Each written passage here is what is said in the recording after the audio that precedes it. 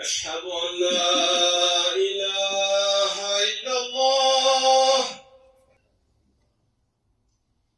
أشهد أن لا إله إلا الله. أشهد أن محمدا رسول الله. أشهد أن محمدا رسول الله. حي على الصلاة.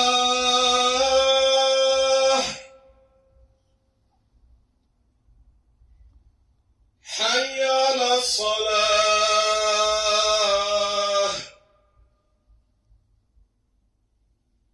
حي على الفلاح.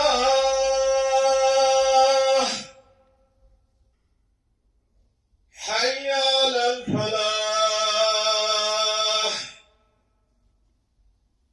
الله أكبر الله أكبر. لا إله إلا الله. إن الحمد لله نحمده ونستعينه ونستغفره ونعوذ بالله من شرور أنفسنا ومن سيئات أعمالنا. من يهده الله فلا مضل له ومن يضلل فلا هادي له. نشهد أن لا إله إلا الله وحده لا شريك له ونشهد أن محمدا عبده ورسوله وصلوات الله وسلامه على رسوله محمد وعلى آله وأصحابه الطيبين الطاهرين وعلى أتباعهم والتابعين ومن تبعهم بإحسان إلى يوم الدين. يا أيها الذين آمنوا اتقوا الله حق تقاته ولا تموتن إلا وأنتم مسلمون. يا أيها الناس اتقوا ربكم الذي خلقكم من نفس واحدة وخلق منها زوجها وبث منهما رجالا كثيرا ونساء. أيها الناس قال الله تبارك وتعالى في كتابه الكريم: أعوذ بالله من الشيطان الرجيم. بسم الله الرحمن الرحيم. ولله على الناس حج البيت من استطاع إليه سبيلا. Sadakallahul azim.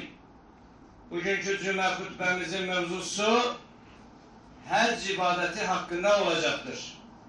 Değerli Müslümanlar, bizi hem hac hem de kurban ibadetinin edildiği bu mübarek günlere çıkaran Allah'a Azze ve Celle'ye sonsuz hamdü senalar olsun. Hac ibadeti Rabbimizin Azze ve Celle'nin Ali İmran suresinin 97. ayetinde yoluna kuvvesi çatan herkesin hacca gidip o evi Kabe'ni ziyaret etmesi insanların Allah karşısında borcudur ayeti ile vacip buyurulmuştur. Bu ayet nazil olduğu zaman Allah Resulü Aleyhisselatü Vesselam sahabelerine, Allah onların hamısından razı olsun, bir hutbe verdi ve ey insanlar, hac size farz buyuruldu, hacca gidin buyurdu. Sahabelerden Ebra İbni Habis radıyallahu anh, ey Allah'ın Resulü her ilmi diye soruştu. Allah Resulü Aleyhisselatü Vesselam bir kadar sükut etti. Ebra ise sualını 3 defa tekrarladıkta Allah Resulü Aleyhisselatü Vesselam "Bəli deseydim her il hacca gitmeyiniz vacip olardı ve sizin için buna gücünüz yetmezdi. Lakin hac ömürde bir defedir. Bundan çoku ise nafiledir" cevabını verdi. Tirmizi'de gelen hadiste Allah Resulü Aleyhisselatü Vesselam'a hac mesuliyetini vacip eden nedir sualı verildikte o Aleyhisselatü Vesselam yiyecek ve minik vasıtasıdır cevabını verdi. Yani değerli kardeşler, bir şahsın Mekke'ye gidebileceği erzak ve minik imkanı oldukta ona hac etmek vacip olar.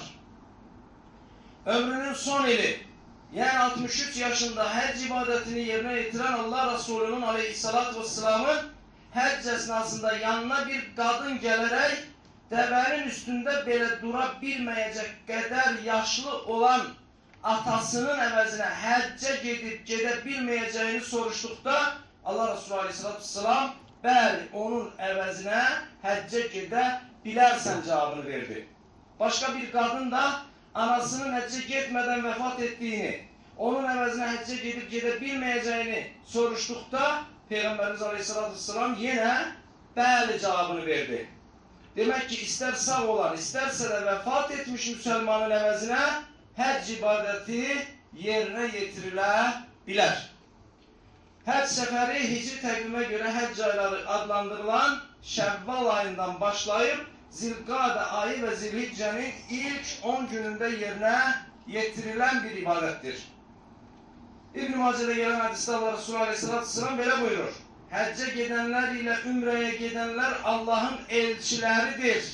Allah'a dua etsələr, Allah onların dualarını qəbul edər və Allah'tan günahlarının bağışlanmalarını istəsələr, Allah onların günahlarını bağışlayar. Tirmizdə gələn hədisdə isə Allah Resulü Aleyhisselatü Vesselam belə buyurur. Həcc və ümrəni birlikdə yerinə yetirin. Çünki necə ki körük, dəmir, qızıl və gümüşün kir və pasını aparır, eləcə də həcc və ümrə günahları aparır. Qəbul edilmiş həccin savabı isə ancaq cənnətdir buyurur. Buxarıda gələn hədisdə isə Allah Resulü'nün Aleyhisselatü Vesselam'a hansı əməl daha fəzilətli və daha xeyirlidir sualı verildikdə o Aleyhisselatü Vesselam Allah və Resulü'na iman etmək cavabını vermiş, sonra hansıdır soruşulduqda əməllərin zirvəsi olan Allah yolunda cihaddır demiş, bundan sonra hansıdır sualına isə qəbul olunan həcdir cavabını vermişdir. Əziz müsəlmanlar, həcc yüz minlərlə müminin eyni niyyətlə Kəbəyə yönəlib birlik və qardaşlığın qüvvətlənməsidir.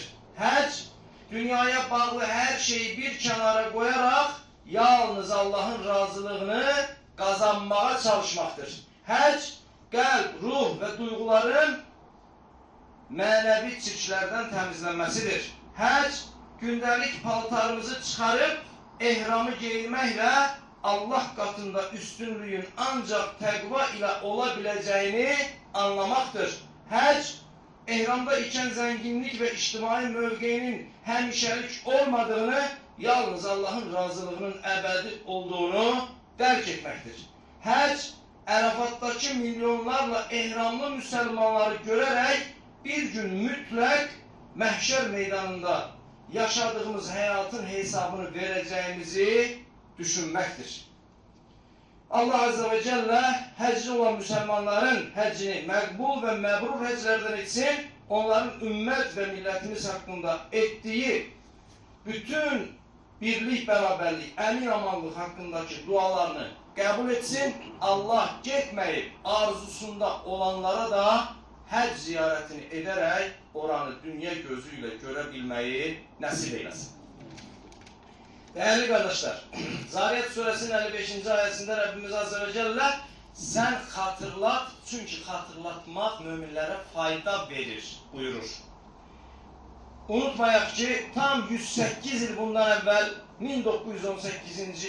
ilin mayın 28'inde ülkemiz müstəqilliyini elan etti. Ve elə bir dövr idi ki, o dövr kardeşler, eli silah tutmayan, əli yalın, günahsız, dinc müsəlman əhalinin 20 minə qədər olan hissəsini qətlə yetirdilər.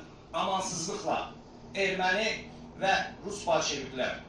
Və həmin vaxtı ölkəmiz tam 108 il bundan əvvəl müstəqilliyini elan etdi. Bu müstəqillik cəmi 23 ay davam etsə də bu qısa müddət ərzində çox mühüm işlərin təməli atıldı.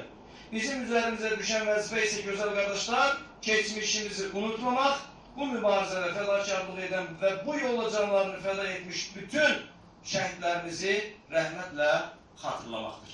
Dəyərli qardaşlar, Allah millət olaraq bizə və bütün dünya müsəlmanlarının əleyhinə qurulan planları, o plan quranların əleyhinə çevirsin və İslamı və müsəlmanları əziz eyləsin. Barakallahu li və lakum fil Qur'anil azim. ونفعني وإياكم بما فيه من الآيات والذكر الحكيم.